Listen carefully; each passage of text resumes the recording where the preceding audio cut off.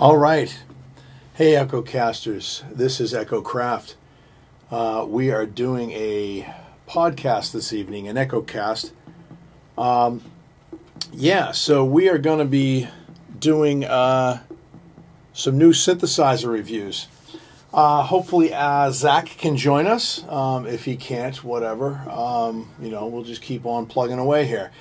So, a lot of stuff coming out. SuperBooth 2019 is in Berlin right now, and I just want to remind everybody that last year at SuperBooth, I was in the Roland Spotlight at SuperBooth. In the Roland booth, Mr. Tuna was one of them as well. I'm trying to remember if Synth Space was one of them. I forget, but anyway, I thought it was really cool. There was another gentleman from Japan, I forget his name, but he was there as well. So we were spotlighted at SuperBooth in the Roland Spotlight booth, so that was pretty cool. Hey, it's going on right now, and there's a lot of crazy stuff coming out. So the first thing I'm going to start off with is the Nude Dreadbox. So this is the Dreadbox Nix version of volume or version 2. It's duophonic synthesizer, but it says it's analog paraphonic synthesizer, 2 oscillators, white noise generator, auto tune function. It says it's extremely flexible dual filter from simple 12 dB octave low pass to up to 24 dB variable with band pass. Multiple routing options, 3 loopable envelope generators, drone mode, modulated reverb, that famous Nix reverb. It just sounds so awesome, so lush, so warm. And 30 patch points now, so it has a nice patch bay on it, which is pretty cool. So, yeah, I'm excited about this. I always wanted the Nix when it came out by Dreadbox, and I never bought one. It's just a super cool synthesizer. Now that it's paraphonic or duophonic, I don't know, man, it's pretty cool. It's a lot bigger. There are longer faders that are on it. The knobs are a little bit bigger on it as well. The reverb section looks really cool. It's kind of like got this kind of like space scene on it. So I'm going to check this out if I can. I was looking at the price. I'm pretty sure the price is up around $700, $749. I'm not sure, but it should be pretty cool. So that is by Dreadbox. All right, so the next thing we're going to look at here, the Volca New Bus vacuum tube synthesizer. Yeah, so I looked at this thing. It's pretty cool. I want to say it sounds like the old bass synthesizer, the old Volca bass, but it's got a little bit more oomph to it. It's got a couple of other characteristics on it. We have 2 different tube settings, one for more saturation and another one for more warmth, which is kind of cool. And obviously it's got the famous Volca 16-step sequencer that's in it. It's got some modulation effects. I believe it also has is basically recordable, so the knobs are recordable on this. I could have been reading that wrong. I haven't had my hands on one. Obviously it's brand new, but it looks pretty cool. It's got this bluish gradient that goes into black, which looks pretty dope. So that's a cool one. That just came out, and it's at SuperBooth, and I'm hoping it's going to be at the new Summer NAMM. I'll be going to Summer NAMM in July, which I'm pretty excited about. I went to Winter NAMM, and I know that Summer NAMM's smaller. Hopefully these things will be there. I'm told that a lot of things don't show up there because it is smaller, but I'm pretty sure this stuff will probably be there, so I'm pretty excited about this. Now, another big thing from Korg, huge release from Korg, is the new Korg Mini Lug or Mini Log XD module. check that out. So it is the module. It's basically a mini Logue, Logue, whatever the fuck it's called, XD without the keyboard. So definitely check that out. I had a chance to go on to some of the websites and check it out, and I went on to Korg's website and listened to the demo. It's really nice, man. I know Reverb.com has, I think the gentleman's name is Nick Waz or Waze, I don't know, from Korg. He demos it. It's actually really cool. You should definitely check it out. But it does. It looks exactly like the Mini Logue XD without a key bed. Yeah, it's pretty cool. And it has all the same features. It's nice. That might find its way here. I don't know. I like I have an old silver Mini Logue. I like it. I use it a lot. But this thing's pretty cool. Apparently also you can connect it to get a lot more polyphony. So you can actually connect the two. I don't know if you can connect it to the old Mini Logue. I'm not sure. But it would be fun trying. It's kind of cool looking sitting above because that's black and then my Mini Logue is silver. So it'd be kind of cool to have those two connected together and have some fun with that. So interesting. Didn't see that one coming. Let's put it that way. Another cool thing that I thought was really neat. There's a company called Sequenz Music Gear. They make stands for Korg stuff, which I found interesting. They make cases too. But one of the things that I was looking at, because I do have some Volcas, I did put them away, but is this thing called a Volca rack. I saw this at Winter NAMM, and I was trying to figure out who it was. But this is the Volca rack. And I think it holds up to, let's see, it says Volca racks are all about Volcanomics. Volca plus ergonomics. Up to 4 Volcas, that's 2x2. Volcas can be arranged as desired, all securely in place thanks to durable aluminum framing and rubber legs. But it does have side panels, enable you to flip the rack to the deeper or taller. Oh, that's kind of cool. And it is punctuated with wood ends for sturdiness and great looks. It does look really cool. When I saw it at NAMM, I was like, wow, what is this thing? This is really nice. So I have my eye on this because this is kind of nice. And it would be really nice to actually sit my vocals in this. I do like it pitched the way they have it. Looks like and when the Volcas are in it, man, it looks like a modular system. That's what I like about it. I just wish they made it a little bit bigger so you could fit more in there. But I imagine you'd buy 2 of them so you could actually have up to 8 Volcas connected. But yeah, I'm definitely going to check this guy out. I don't know how much it costs. I'm looking right now. It has distributors. Let's see. Australia, Finland, Hong Kong, and of course the U.S. is way down here. USA. Oh, you got to get it through Korg itself. Yeah. Korg USA Incorporated. You order it directly from them. Interesting. Okay. Yeah, so that was very cool. I really think that's awesome, and I think it's cool. I think I'm probably going to check that out. So yeah, that was that's one of the cool things that I liked about what Korg had to offer. They came out with some cool stuff. It just keeps getting better, folks. There's some pretty cool things that are happening out there in the synth world. But wait, there's more. So, that being said, let's see. Another thing that came out, Pittsburgh Modular actually released one called the Modular Voltage Research Lab. That one looks really cool too, man. It's a nice wooden. It's in a nice wooden case, and it looks really cool.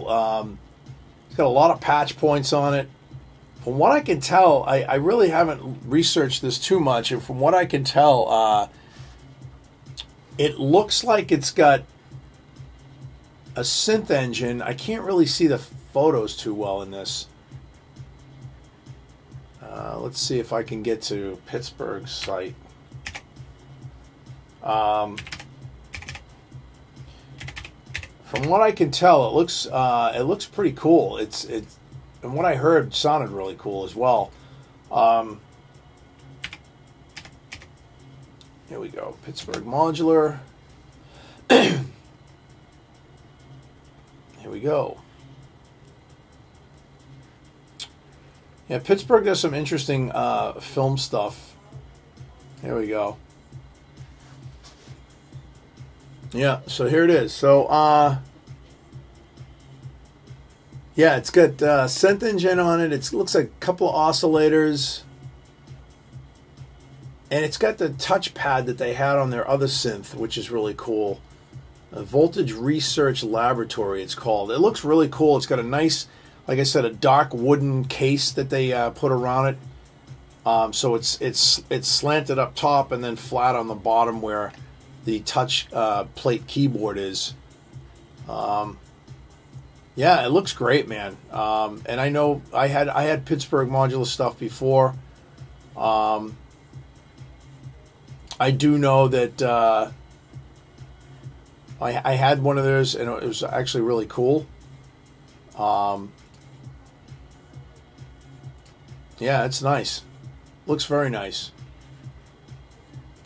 So, yeah. So, anyway, Pittsburgh Modular came out with something new, which is nice. Like I said, I had one of their setups. I really like it a lot.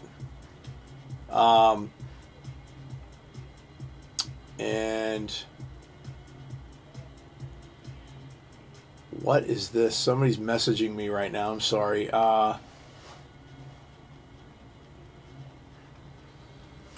Cool.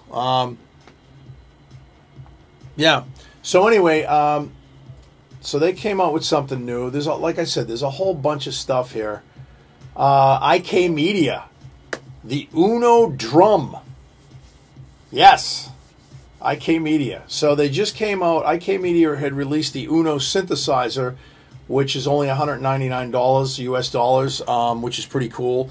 And I don't know if anybody has seen that. I have. It's actually kind of nice. But yeah, I thought it was really cool that they came out with this, and I'm very interested in it, actually. Let's see. IK Media. And here it is, right here. It's there it is, the Uno drum. They just announced it. It's on pre-order. It's $249. It looks really cool, though. It's got that same type of Uno touchpad kind of surface to it. Pretty simple. It looks like fun. It's all analog. So I'm pretty impressed with it. Let's see if I can get take a look at the back end. And here we go. So we've got an in and an out, and we've got MIDI in. It's got the mini jacks that connect to the MIDI in that goes to a larger MIDI 5-DIN pin connector. Looks really cool, man. I'm dying to hear it, you know. And I'm a gear whore, and I love gear, and this thing looks really cool. So it does have 1/4 inch in, and then it's got the mini jacks for the MIDI. It just looks really good. It's all white. Got this orangey look to it too. It's got orange knobs and stuff, and it's got, you know, typical record buttons. Trying to see here. Yeah, different levels. So you have your also we have some effects. We have compression, drive, stutter effect, swing, division, humanize, and velocity. Pattern length, different kits, sounds, song length, mute, tap tempo. Yeah, it's got some cool stuff. So I'm curious. You know, that's pretty cool. So that's IK Media, Multimedia, IK Multimedia, which came out with the Uno and the Uno drum, and then we have, I can't talk tonight, sorry. And then there's the Uno synth, and we had all seen that. I don't know if you guys know about this too, but there's the Uno synth editor for Mac and PC, which is also free. And they have some swag on here too. Oh, they got some cool stuff. But yeah, the synth itself is $199.99. And I know Marshall Arnold bought one. He loves it. It is cheap. You know, well, inexpensive, I should say. So, I mean, yeah. So, it looks pretty cool, man. So, now we have the Uno drum machine and the Uno synth. We'll be checking that out, which is exciting. All right. Let's see. We have next up from SuperBooth 2019, we have Soma Pulsar 23 drum machine. Now this thing is really interesting to me because instead of patch points, you got to use alligator clips, and basically you take the alligator clips and you put them on these little terminals that are sticking up all over the board. It's bright orange. I heard some of it. I'm not going to lie. Saw some of it on Sonic State. And I got to tell you, it sounds really cool. It's all analog. Somar is the same company that came out with... let me see if I can remember the name of the other synth. I'm going to type it in actually because it's... Let's see.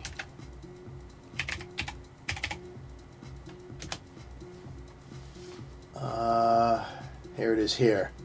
The Lyra 8 drone synthesizer. You know, the Lyra 8. Yeah, this is a really peculiar synthesizer. Lyra 8, yeah. And they came out with this. It's kind of peculiar. I checked it out. I didn't really play one or anything. It's from Soma Laboratories, Soma, S-O-M-A. And it's the Lyra 8. And it's kind of cool. It's a very interesting machine. There's the Lyra 4 also, so it's much smaller. Interesting. Yeah. I don't know what the 4 is all about. I've only seen the Lyra 8. They're very expensive. Yeah, you can check that stuff out. Again, the drum machine looks really cool. I'm really curious about this Lyra 4, though. I've never seen this one. So this should be pretty cool. Yeah, so Soma Pulsar 23, which is their drum machine. It sounds really cool. It looks really cool. It's got those same, like on the Lyra 8, it's got the same like touch-sensitive buttons or these little knobs that are on there. It's kind of cool. It's kind of interesting. And that's how you trigger it. I imagine you probably could trigger it using MIDI as well. So yeah, that came out. What else we got? Yeah, there's this really interesting game changer, they're calling it. It's called the Motor Synth. Yeah. Motor Synth. I'm going to copy and paste that in. See what I come up with here. And it's just a really, really odd bird, man.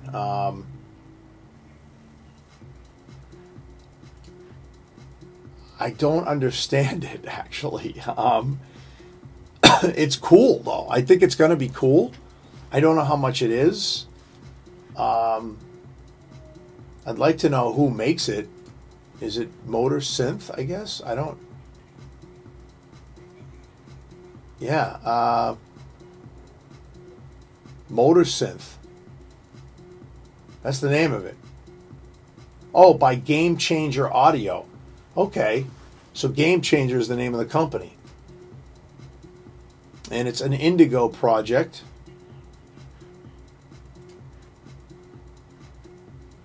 And I'm just going to turn the volume down on my music here for a sec. And turn the volume up on this. Can everybody hear that? It's really strange, man. It's got like these wheels and gears that turn inside of it.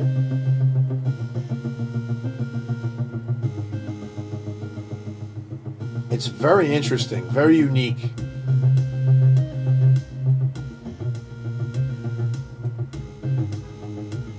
So I'm not quite sure, like... And it also has it looks like it has some type of oscilloscope on it. Yeah. It's just weird. You guys would have to see it. Check it out. Again, it's at Super Booth right now, and it's very, very strange. I want to know how much they're asking for it. You guys have to see this. Printed waveforms picked up by an optical sensor. Interesting. And it said, campaign goes live on the 28th of May. Notify me. And that is an Indigo project. So, yeah. Very interesting. And then Eureka came out with a new sequencer, spring reverb, and this would be for a modular system, which is pretty cool. So, yeah. So, should definitely check this out. And I'm just going to put the music back on now. Yeah, so it's called the Motor Synth. It looks, like I said, it looks very interesting, very intriguing to me. Not quite sure, like, how that's going to work out. But, yeah, should be pretty cool. And let's see, what else we got? Got a whole bunch of stuff, man. Let's see. I know... Oh yeah, can't forget Moog. Yes, indeed. Moog had announced this, excuse me, before Super Booth, but they do have a new synth out called the Matriarch, and I think I touched on that last week with the, what do you call it, podcast that I did from my car called Ride Along. So yeah, apparently Moog has a new synthesizer out called the Matriarch, and it is polyphonic or duo. I think it's duophonic or paraphonic. I don't know. Apparently, like I said, synth companies are starting to get away from mono synths, and that's cool. That's fine. I think it's great because I prefer analog poly synths myself. I just like being able to play more than 4 notes at a time, like this guy over here. Pretty cool. I love that synth. That is my sequential Dave Smith instrument, the Rev 2. I'm going to be upgrading that to the 16 voice soon. I'm going to be ordering the board for that. So yeah, so I'm pretty excited about that. And some other synth news, kind of an interesting thing that happened. My Moog Sub Fatty pooped the bed. Yeah. Wasn't happy about that. Yeah, so that wasn't a good thing. Apparently what happened was I went to use it one night, and what happened was I went to use the 2 octave switches on the oscillators. There's 2 separate octave switches, and not just one didn't work, but the second octave switch didn't work. So I contacted Moog, and they were very kind. They're very nice. And they said, please, ship it off to us. We'll just replace the switches. Unfortunately, it's out of warranty. It's out of the extended warranty that I had bought, unfortunately. And so I'm probably going to have to pay for labor. They told me they weren't going to charge me for the switches, which is awesome. So hopefully, and they just received it on Tuesday, which I found very odd. Since I sent it out 2-day ground shipping last Thursday. Yeah, and it just got to them on Tuesday. So that was interesting. Whatever. And they said they're not going to be able to take a look at it until a little after next week. So I'm thinking 2 weeks. They're not going to be able to have anybody look at it. And that's fine. Because I have other synths in this studio of mine that as you can see, I have a lot of synths around here. I'll take the camera and show you, but I don't want to mess up my angle here. And that's another thing, I am doing a podcast, but I'm also doing a video cast for my YouTube channel. So, yeah. So that happened. I like the Sub Fatty. I might sell it. I don't know. I might get rid of it and get something different. We'll see what happens. But yeah, I'm probably going to be going on and selling a bunch of gear. Actually, I have some PA gear and stuff like that from my old band that I need to get rid of because it's just sitting and wasting away in a room in my father-in-law's house, and I need to get rid of it because I'm not going to use it ever again. And I just want to unload it, get some money for it, maybe buy another piece of gear or something. I don't know. We'll see what happens. But, yeah, I might sell the Sub Fatty. I'm not sure yet. It is a cool little mono synth. But, again, I got enough mono synths. And a lot of the synths that I own, I can make mono. So that's not a problem either, you know what I mean? Even my little DeepMind 12 here, that's a nice mono synth sound right there. I also have the Monologue, which is a great bass mono synth. Am I comparing that to the Moog Sub Fatty? No, but I mean, I also have the Moog Mother 32, which I love. Has some great sounds in it. You guys can't hear that, I know, but you know what I'm saying? Like, there's some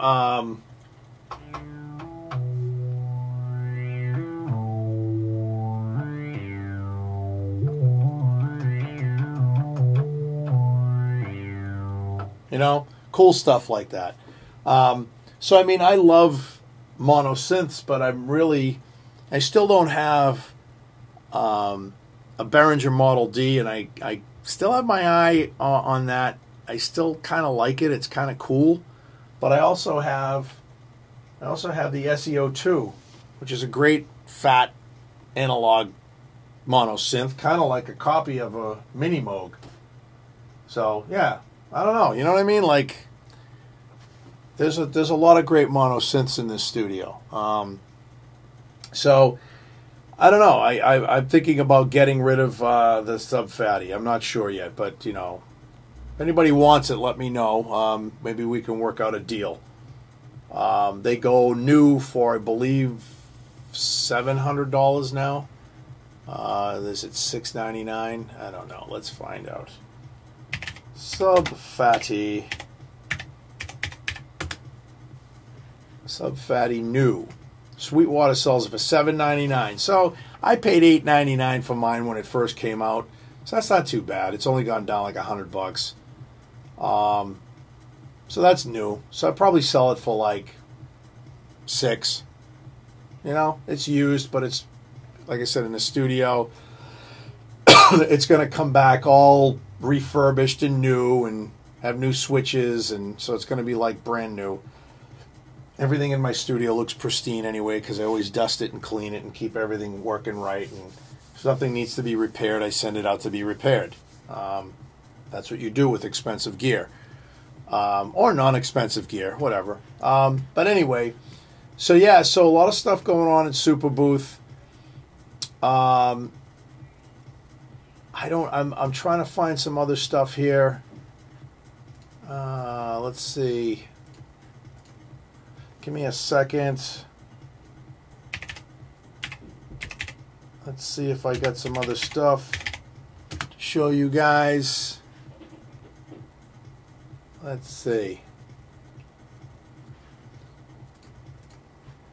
Yeah, I'm looking, man. Kind of bumming, actually, because I can't really... SuperBooth19. And this isn't going to show us much. There's a whole bunch of stuff that's coming out, and I went through a lot of it. I'll probably do, you know, as more stuff comes out, I'll probably do another podcast on some of the new stuff that's happening. Again, you know, I watch Sonic State. I watch a lot of, you know, different companies out there like Perfect Circuit and,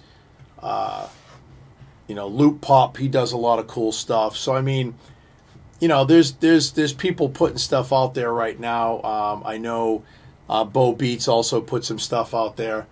So, yeah. You know, I think, I don't know, you know, I want to talk about, right now, I just want to talk about, like, music in general. Synthesizer music, electronic music. You know, I've for a long time been trying to find my genre. And recently I just discovered that the genre that I'm in for the type of music that I write is called melodic minimal techno. I guess that's where my stuff fits in. Sort of, kind of. I still do some stuff with orchestral instruments and stuff, but I mean, I'm kind of falling into that whole bracket, basically, which is kind of cool, you know. I don't know. I like the sound of it. I like some of the stuff that I've been listening to that actually, you know, sound like what I do. So it's called melodic minimal techno. So that's my genre. Kind of where I kind of fall into.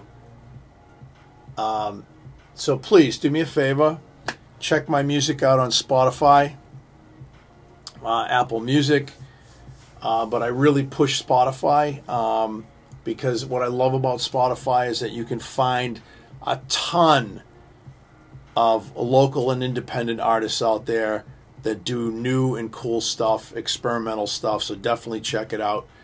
Another thing, I want to give a shout out to the Deep Dive podcast they do movie reviews, and they're good friends of mine, and their podcast is awesome, actually.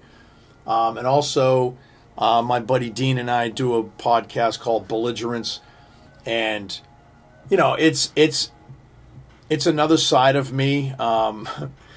It's you know, it's belligerent. We swear a lot. Sometimes we tap into politics, which I really don't like doing, because politics to me is insane. But we dive into some really weird subject matters, and you'll hear Dean rag on me and give me a lot of shit, which is fucking great, right? But yeah, so check it out. It's called Belligerence. Check out the Deep Dive podcast as well. And please, sorry for the long, you know, span of not being doing an EchoCast podcast. But, you know, life tends to get in the way sometimes, and been really busy. But hopefully we'll start picking this up again every Thursday night. So, yeah, be cool out there. Peace. Keep listening to good music. And I don't know. That's all I got to say, man. All right. Hey, peace. Thank you.